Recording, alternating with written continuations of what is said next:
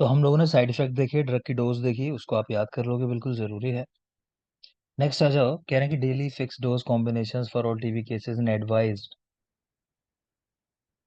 With the support of directly observe treatment. पढ़ लिया हम लोगों ने। Dose is a specific strategy to improve adherence by any person observing the patient taking medications in real time.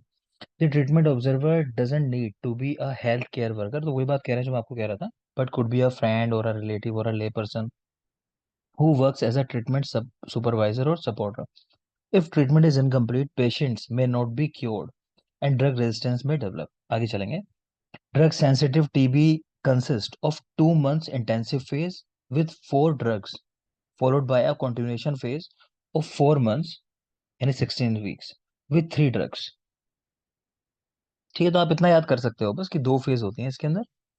एक होती है intensive phase और एक होती है कंटिन्यूशन फेज। इतना तो कम से कम याद कर लेना। ठीक। न्यू टीबी केस के अंदर कह रहे हैं कि 8 weeks of isoniazid rifampicin pyrazinamide ethambutol in daily doses as per 4 weight band categories and in continuation phase 3 drugs। ठीक है, कंटिन्यूशन फेज में कह रहे हैं वहाँ 3 drugs होती हैं और वो चलानी है 16 वीक तक। तो 8 वीक और 16 वीक इसका ऐसा है। प्रीवियसली ट्रीटेड केसेस तो कह रहे हैं इसमें इंटेंसिव फेज जो है 12 हफ्ते की हो जाएगी, 8 के बदले। ठीक है, 12 हफ्ते की। और 20 वीक वीक की कंटिन्यूएशन फेज होगी। बेटा माइक ऑफ रखोगे, ज्वाइन करते हो बीच में। हम्म, ठीक है ना। तो अब इसको आप देख लेना, मुझे नहीं लगता इस चीज पे सवाल आएंगे, लेकिन इतना जरूर पता होना चाहिए कि हाँ 2 फेजेस होती हैं, किस डिजीज के साथ जुड़ी हुई हैं।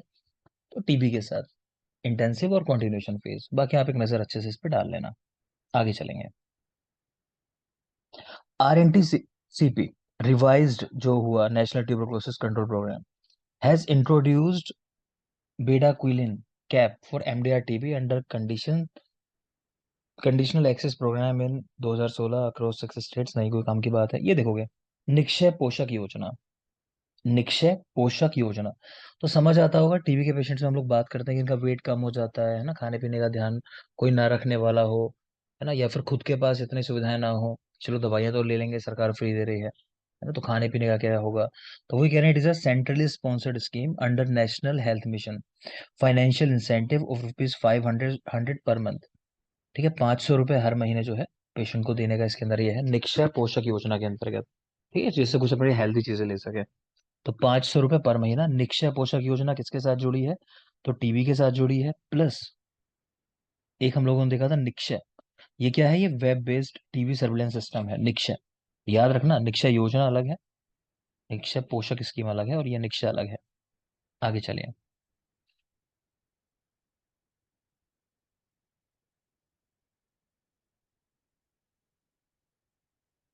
ये देखोगे, आइसोनाइजिड प्रिवेंटिंग थेरेपी, ये देनी होती है किनको, तो कह रहे हैं preventive therapy is recommended to children less than 6 years of age who are in close contact of a TB patient. Children will be evaluated for active TB by a medical officer or pediatrician, and after excluding active TB, she will be given INH preventive therapy। तो कह रहे हैं आइसोनाइजिड देनी है किन बच्चों को, जो आपको लगता है कि सस्पेक्टेड केस हो सकते हैं, हो सकता है संपर्क में आए हो किसी टीबी पेशेंट के। इतनी सी बात याद रखनी है, तो आइसोनाइजिड देने की बात आई है वहाँ। For HIV infected children who either had a known exposure to an infectious TB case or are tuberculin skin test positive। ठीक है, तो ट्यूबरकुलिन स्किन टेस्ट जो होता है, जिसको मोन्टुक्स टेस्ट भी बोला जाता है, तो उस टेस्ट में अगर 5 mm से ज्यादा रिएक्शन का साइज होता है तो उसको हम पॉजिटिव मान लेते हैं। अब ये अलग बात है कि उसमें कई फॉल्स पॉजिटिव होते हैं, बहुत सारी कंडीशन साथ में जुड़ी हुई हैं, फिर भी एक जनरल आपके लिए ये है कि 5 mm से ज्यादा अगर आए तो हम बोलते हैं मोन्टुक्स टेस्ट या ट्यूबरकुलिन स्किन टेस्ट पॉजिटिव। ठीक, तो इतना आपको याद रखना है। आगे चलेंगे। BCG vaccine, it is provided at birth और as early as possible till 1 year of age. ठीक है, वही 1 साल वाली बात, ये भी कर चुके हैं हम। लास्ट में आ जाओगे वहीं जहां हम बार बार आगे जाके पढ़ते हैं, हैंड रिटन नोट्स में थोड़ा सा, तो जो भी अपडेट है वहाँ तो वो लिखी होती है, तो जरूरी है उसको भी देखना। जल्दी से आगे आ जाओगे लास्ट में, बिल्कुल आपके नोट्स में।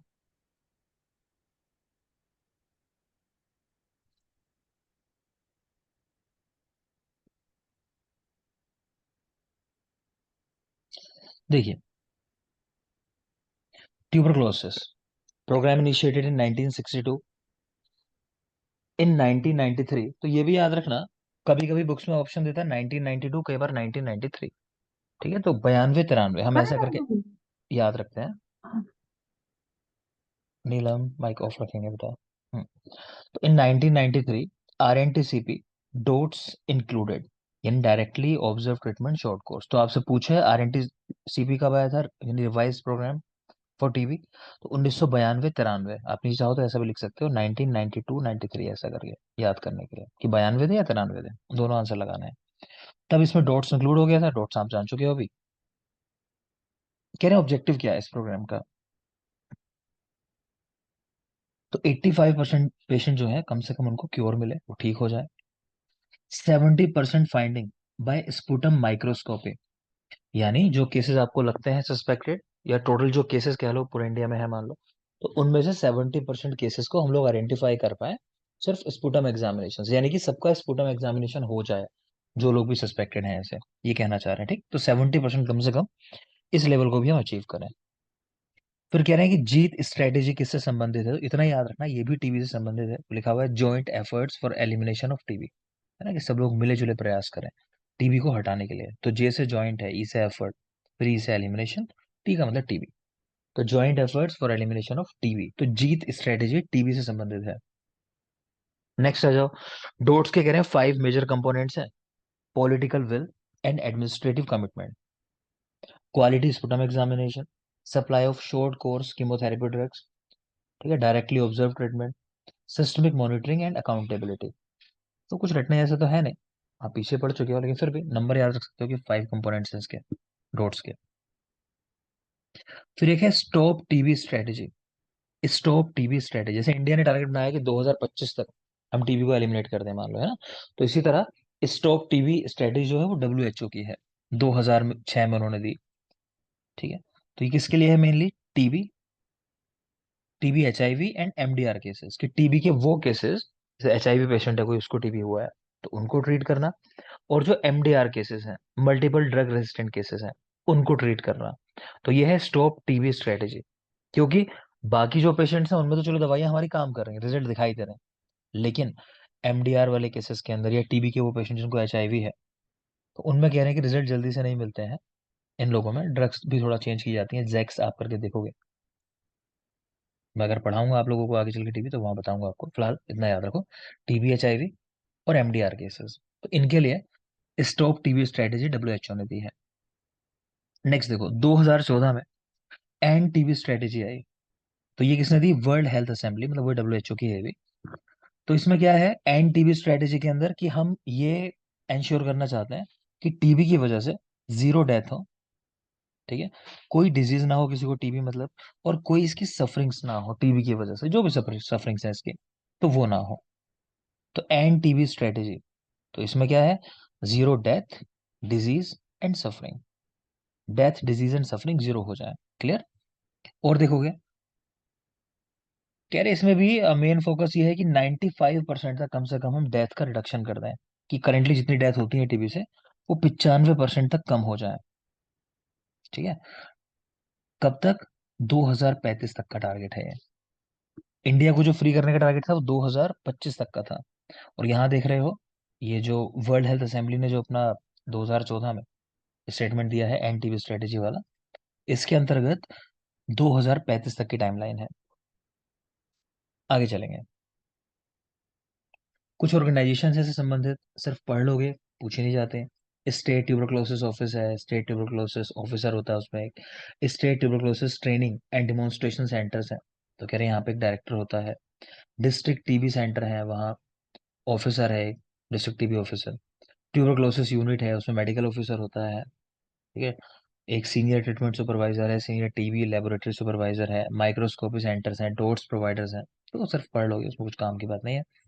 Other other facts about TB, ठीक है, तो कॉजेटिव ऑर्गेनिज्म क्या है टीबी का, तो कह रहे हैं माइकोबैक्टीरियम ट्यूबरकुलोसिस, जिसको हम कॉक्स बैसिलस भी कहते हैं, और एसिड फास्ट बैसिलाई होता है ये भी, और लेप्रोसी का भी एसिड फास्ट बैसिलाई, याद रखोगे। प्राइमरी साइट जो है वो लंग्स है, लेकिन ऐसा नहीं है कि सिर्फ लंग्स में ही होता है टीबी, एक्स्ट्रा पल्मोनरी टीबी भी होता है।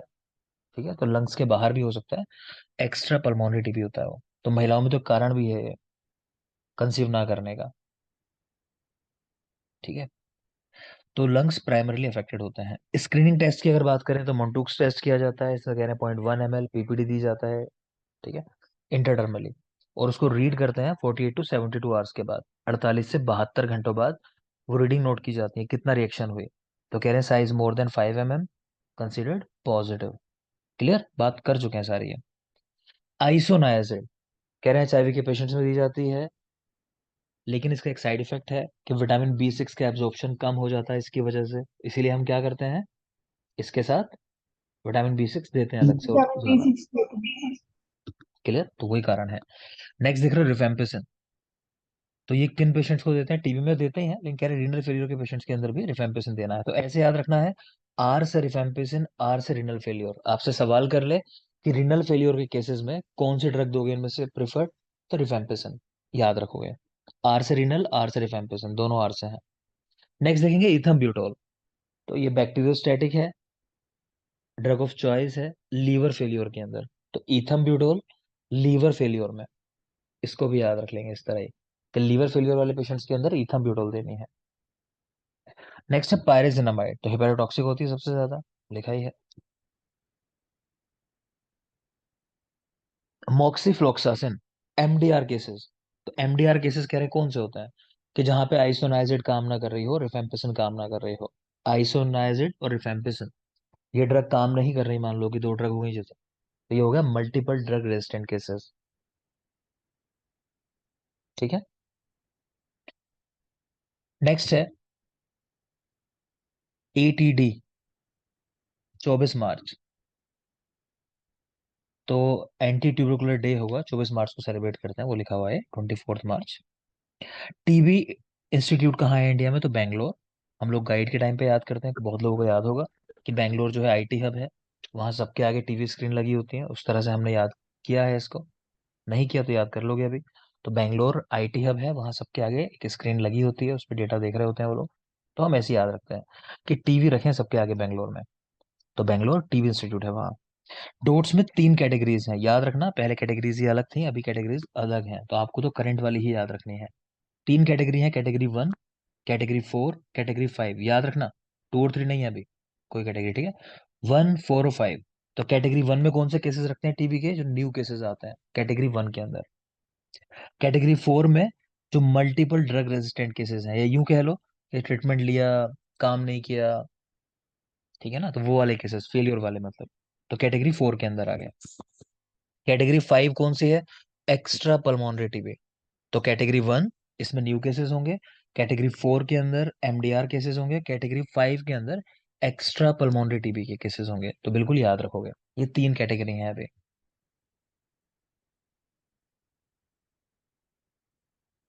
इतना ही है टीबी के बारे में। ठीक है,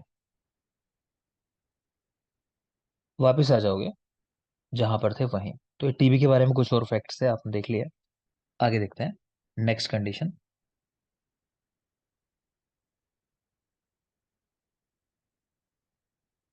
लेप्रोसी।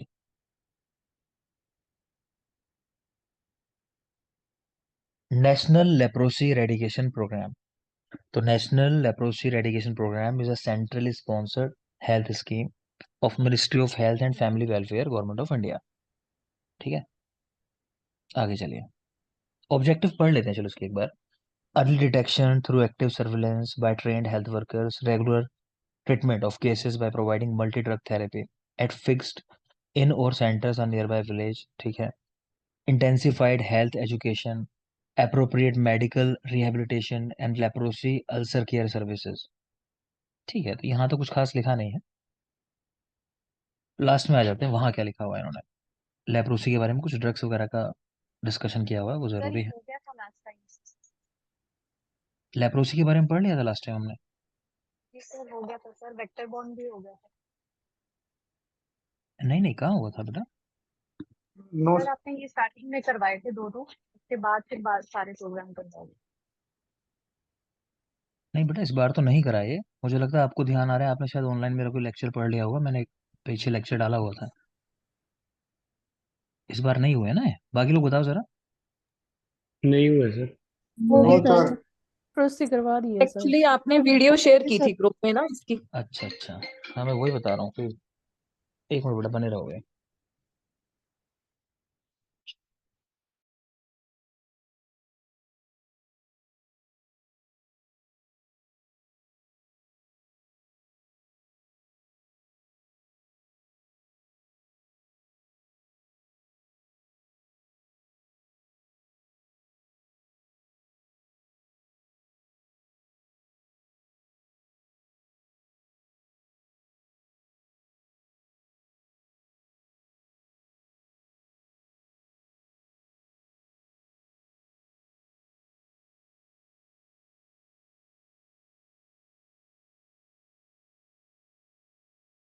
माफ करेंगे। तो चलो आप लोगों ने पढ़ लिया है ये, ठीक है। फिर भी मैं एक बार फिर पढ़ा देता हूँ, मुझे लगता है बहुत सारे लोगों को याद ही नहीं होगा। पढ़ाऊँ या पढ़ लिया सभी ने? क्या कहना है? पढ़ा दीजिए सर। पढ़ाइए सर। पढ़ा दूँ? पढ़ा ठीक है, दीजिए। मैं पढ़ा देता हूँ, चलो ठीक है ना। जिन लोगों ने पढ़ लिया है वो ये कर सकते हैं चाहे तो कि अभी सेशन छोड़ के अपना फिर उसको रिवाइज कर लो शुरुआत से प्रोग्राम को, अगर आपको लग रहा है कि पढ़ा हुआ है, क्योंकि पढ़ा देता हूँ एक बार ना। मेरा भी थोड़ा सा रिकॉल हो जाएगा, काफी टाइम हुआ मैंने तभी पढ़े थे प्रोग्राम। देखते हैं चलो। हम्म, तो एक तो ऊपर ये स्ट्रेटेजी लिखी हुई है 666 स्ट्रेटेजी, तो आपको पढ़ाई होगी पीछे कि एनीमिया मुक्त भारत के लिए स्ट्रेटेजी है 666 स्ट्रेटेजी, तो इसको भी याद कर लेना अगर नहीं बात हुई हो तो। 666 स्ट्रेटेजी एनीमिया के लिए है। नेशनल लेप्रोसी रेडिकेशन प्रोग्राम देखेंगे। तो लेप्रोसी कंट्रोल प्रोग्राम आया पहले 1955 के अंदर, 1955 लेप्रोसी कंट्रोल प्रोग्राम। उसके बाद इरेडिकेशन प्रोग्राम आया 1983 के अंदर, 1983। कह रहे 1982-83 में ही मल्टी ड्रग थेरेपी भी इसमें इंट्रोड्यूस कर दी गई। जैसे इसमें भी अगर आप देखोगे लेप्रोसी में भी, जो कि एसिड फास्ट बेसिलाइज का भी है, तो यहाँ पे भी रिफेम्पिसिन दी जाती है, लेकिन उसके साथ में कुछ और ड्रग्स का कॉम्बिनेशन है, जैसे क्लोफाजेमिन है, आप आगे चल के पढ़ोगे तो वो देते हैं, डेप्सोन देते हैं, ठीक है ना। तो मल्टी ड्रग थेरेपी यहाँ भी 1982 में कह रहे हैं शुरू हो गई। लेप्रोसी एलिमिनेशन 2005 में हो गया था, कह रहे हैं भारत से 2005 में लेप्रोसी का एलिमिनेशन हो गया था।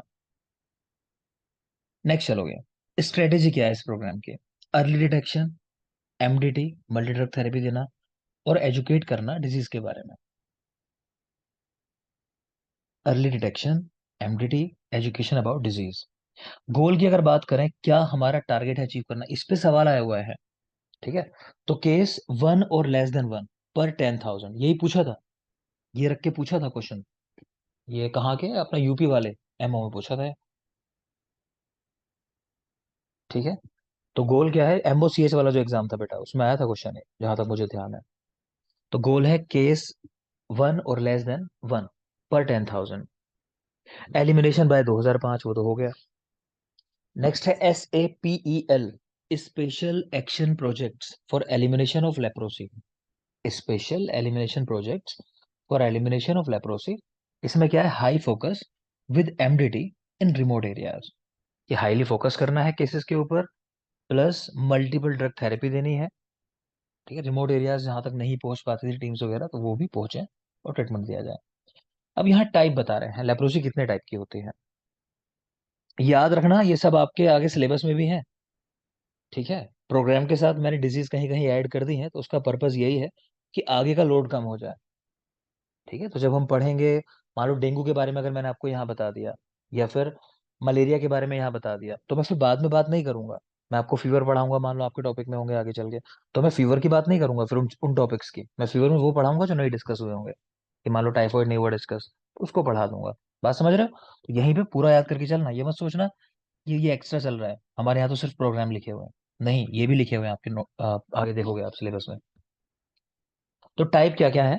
तो मल्टी बेसिलरी लेप्रोसी, इसी को कह रहे हैं लेप्रोमेटस लेप्रोसी। दूसरी पॉसिबेसिलरी या फिर ट्यूबरक्लोइड लेप्रोसी। तो मल्टीबेसिलरी और लेप्रोमेटस। तो क्या बता रहे हैं? मल्टीबेसिलरी कि 6 या उससे ज्यादा लीजन हो, अप टू 5 है या उससे कम है तो पॉसिबेसिलरी है, वो देख पा रहे होगे।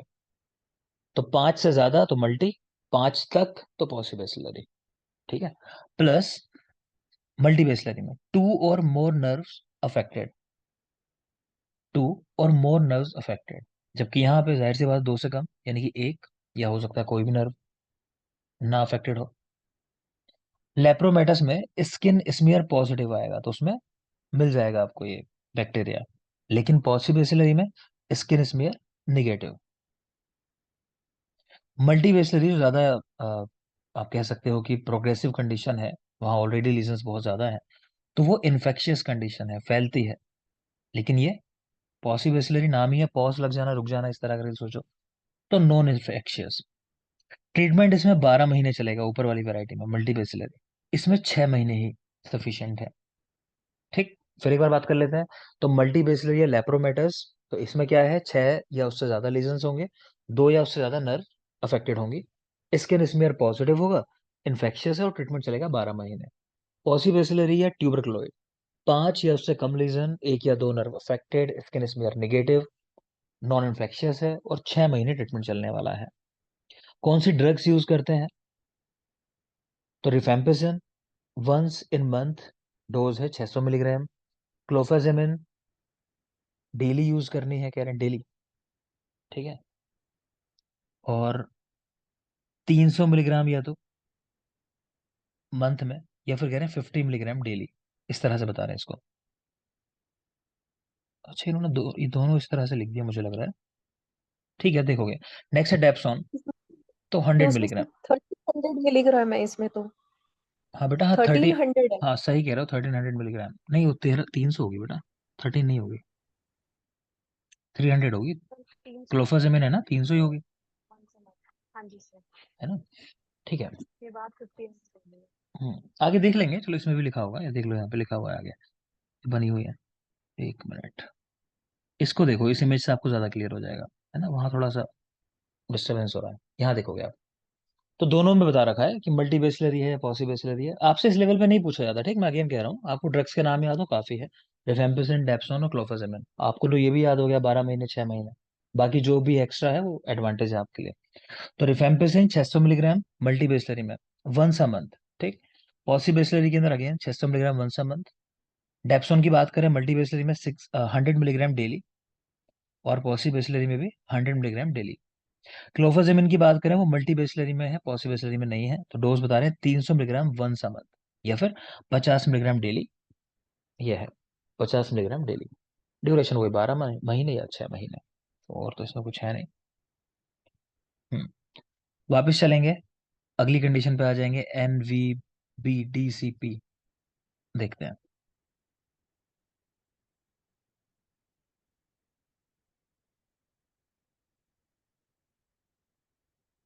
और बहुत फालतू चक्करों में मत पढ़ना, जितना मैं पढ़ा रहा हूँ उतना ही देख लेना, ये भी काफी है, ठीक है। लास्ट टाइम का मुझे ध्यान है, पेपर का जो यूपी वाला पेपर आया था ना, करीब 22-23 क्वेश्चन MOCH के वो यहीं से थे। और मुझे लगता है शायद सारे ही क्वेश्चन कवर्ड थे, एक क्वेश्चन का मुझे डाउट था, मैं एग्जैक्ट तो नहीं रिकॉल कर रहा, कोई एक क्वेश्चन था शायद जो नहीं था कवर्ड, जो हमने पढ़ा था। अदरवाइज उन 23 या 22 क्वेश्चन में से वो 21-22 क्वेश्चन जो थे यहीं से थे, बिल्कुल वही जो मैं आपको पिन पॉइंट पढ़ा रहा हूँ, बिल्कुल यहीं से आए थे। तो यही जरूरी चीजें हैं, फालतू पढ़ने का सेंस नहीं बनता, ठीक है।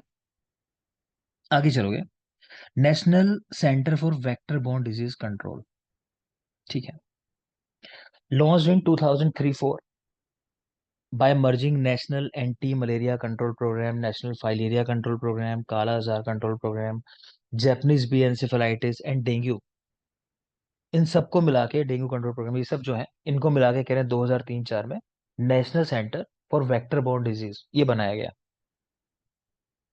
क्लियर, कि जो भी वेक्टर से होने वाली डिजीज है। तो इसके लिए ना, जो जो इसके अंदर डिजीज है ये, इनके लिए मैंने एक ट्रिक लिखी है यहाँ पे, कि फेम मांग रहे हैं, कि फेम दे, मतलब भगवान से कह रहे हैं भगवान मुझे फेम दे, मुझे नाम दे, मतलब। तो फेम का मतलब एफ से है यहाँ फाइलेरिया, एफ। ए का मतलब है आजार, यानी काला आजार। एम का मतलब मलेरिया। ई का मतलब है एंसेफेलाइटिस। और दे का मतलब डेंगू। तो आपको डिजीज याद रह जाएंगे इससे, ये डिजीज जो है। आगे चलोगे, national anti malarial control programme, क्योंकि ये तो अब एक साथ हो गया, पहले तो अलग अलग ही चलते थे, तो उनकी बात करेंगे थोड़ा थोड़ा, क्या क्या लिखा हुआ है। तो launching of national malaria control programme in 1953, 1953, ये आपको याद रखना है। कुछ लोग को याद होगा इसका रिवाइज प्रोग्राम कब आया था या एरेडिकेशन प्रोग्राम कब आया था? पढ़ाया है मैंने, जिन लोगों ने गाइड पढ़ी होगी गोविंद पारिक। 58 1958। ठीक है ना? चलो देखो बाकी क्या लिख रहे हैं। A country-wide comprehensive program to control malaria was recommended in 1946 by भोर कमेटी। कमेटीज भी हैं वही गाइड में। तो आपको इतना याद रखना है 1953 में आया था, वो सफिशिएंट है आपके लिए फिलहाल यहाँ। नेक्स्ट देखो काला आजार प्रोग्राम। तो काला आजार और visceral leishmaniasis is a chronic disease caused by an intracellular protozoan leishmanian species and transmitted to man by bite of female Phellobotamus sandfly। इतना याद कर सकते हो। ठीक है, तो लीशमानिया से होता है, लीशमैनियासिस भी कहते हैं इसलिए इसको विसरल लीशमैनियासिस। और क्यों होता है? फीमेल फेलोपोटामस सैंडफ्लाई उसकी बाइट से। नेक्स्ट देखो नेशनल फाइलेरिया कंट्रोल प्रोग्राम। इन पे इंडिविजुअल सवाल नहीं आते, ठीक है ना? मैंने आपको मलेरिया के बारे में बोल दिया कि उतना याद कर लेना, बाकी मैं पढ़ा रहा हूँ, ऐसे सवाल नहीं बनते, अभी बात करेंगे आगे। तो filaria control programme caused by Wucheria bancrofti, नाम याद होना चाहिए, transmitted to man by bite of infected mosquito, either Culex, Anopheles, Mansonia, Aedes। The National Filaria Control Program was launched in 1955, 1955 में। चलो मैं ये भी आपको बता देता हूँ काला आजार का कब आया था प्रोग्राम, लिख लेना इसके आगे भी, 1 मिनट दोगे बस। ये जब लिख रहे हैं तो कोई छोड़ना नहीं चाहिए, उसको भी लिख ही लेते हैं लगे हाथ।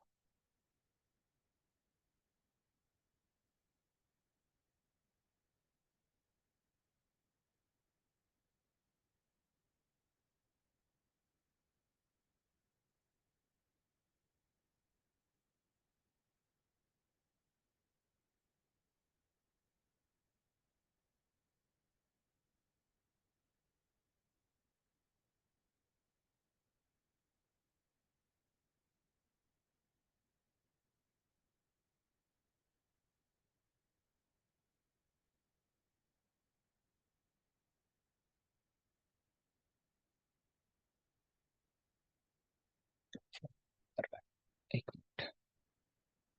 1990-91 बेटा, 1991 काला आजार की लिख लोगे, 1990-91। ठीक है, काला आजार का 1990-91। तो फाइलेरिया का आपने देखा 1955 में आया, filaria control programme launch in 1995। इसकी ड्रग दे रखी है, तो याद रख लोगे डेक, ये पूछी जाती है, डाई इथाइल कार्बामेजिन। बाकी आइवरमेक्टिन देख पा रहे हो, है ना? कोविड में काफी खिलाए गए थे लोगों को आइवरमेक्टिन भी। तो डीईसी डाई इथाइल कार्बामेजिन और आइवरमेक्टिन। ठीक है, आगे चलते हैं। Japanese encephalitis control program। So Japanese encephalitis is a zoonotic disease caused by an arbovirus group B flavivirus and transmitted by Culex mosquito। तो ये याद रखना, Culex mosquito जो है उसकी वजह से होती है। आपको ये भी शायद बताया होगा मैंने कहीं कि सबसे ज्यादा केसेस जो हैं वो कहाँ मिलते हैं इंडिया में एंसेफेलाइटिस के? गोरखपुर।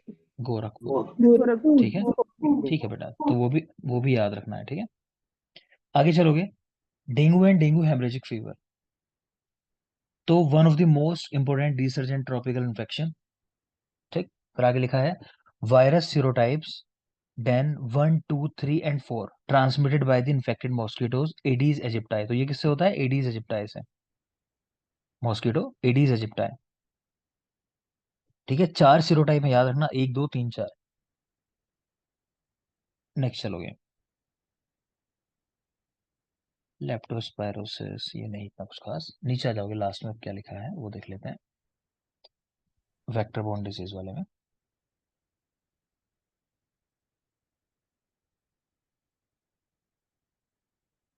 देखिए, ठीक है, तो वही शॉर्ट फॉर्म लिखिए एनवीबीडीसीपी। तो कह रहे हैं 6 डिजीज हैं इसके अंदर। तो जेई, डेंगू, मलेरिया, काला आजार, फाइलेरिया और चिकनगुनिया भी है। मैंने वहाँ 5 की बात की, चिकनगुनिया भी है। तो चिकनगुनिया डेंगू एक जैसी होती है कंडीशन। एक सवाल पूछा जाता है, बता दे रहा हूँ बस नॉलेज के लिए। ये पूछना है कि इनमें से कौन सी डिजीज की हिस्ट्री मिल जाती है बहुत सारे लोगों में जिनको अभी करंट में आ रहे हो। तो कौन सी डिजीज की हिस्ट्री मिल सकती है? तो चिकनगुनिया कॉमनली। ठीक है, चिकनगुनिया। हाँ बेटा। बेटा, तो इसको याद रखेंगे, चिकनगुनिया। आ रही जिन लोगों को आज की डेट में है, तो हो सकता है उनको पास्ट में कभी चिकनगुनिया हुआ हो, ऐसा मिलता है। खैर, तो कह रहे हैं कि जितनी भी डिजीज है ये, तो सब किससे होती हैं? इनका वेक्टर कौन है? मॉस्किटो, याद रखना। लेकिन काला आजार देख पा रहे हो, पढ़ ही लिया आपने, तो सैंड फ्लाई है, उसकी वजह से होती है।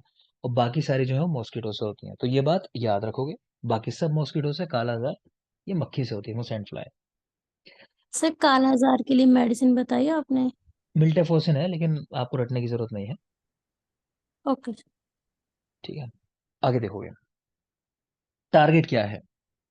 तो annual parasite index less than 1/1000। Annual blood examination rate, क्योंकि मेन इसमें क्या है, ब्लड एग्जामिनेशन ही है, जितने भी हैं उनके लिए आप स्लाइड बनाते हो या ब्लड एग्जामिनेशन कराते हो, तो वही चीजें हैं, रैपिड कार्ड टेस्ट करते हैं इसे। तो वो चीज मेन है, कह रहे हैं ब्लड टेस्ट हो जाने चाहिए जहां भी सस्पेक्टेड केसेस हो। अब डेंगू का सीजन आने वाला है, जस्ट देखोगे आप, तो उसमें यही है, जल्दी एग्जामिनेशन हो गया, जल्दी पता चल गया कि हाँ ठीक है प्लेटलेट जा रही है नीचे, तो पता चल जाएगा। जो लोग लेट करेंगे वही नुकसान उठा जाते हैं, फिर वो डेंगू हेमरेजिक फीवर की तरफ बढ़ जाते हैं, DHF। तो वहीं डेथ या मोर्टेलिटी जो है उसी की वजह से। खैर, तो annual parasite index less than 1/1000, और annual blood examination rate more than 10 1/1000। कम से कम 1000 में से 10 लोगों की उस समय में जांच हुई हो इन चीजों के लिए, कोई इनमें से इन्फेक्शन तो नहीं है। ठीक है, उसको बढ़ा के 10 तक लेके आना, 10 से भी ज्यादा कह रहे हैं। नेक्स्ट देखो, डेंगू के रेफरेंस में स्पेशली बात कर रहे हैं कि लेस देन 50% मोर्टेलिटी लानी है।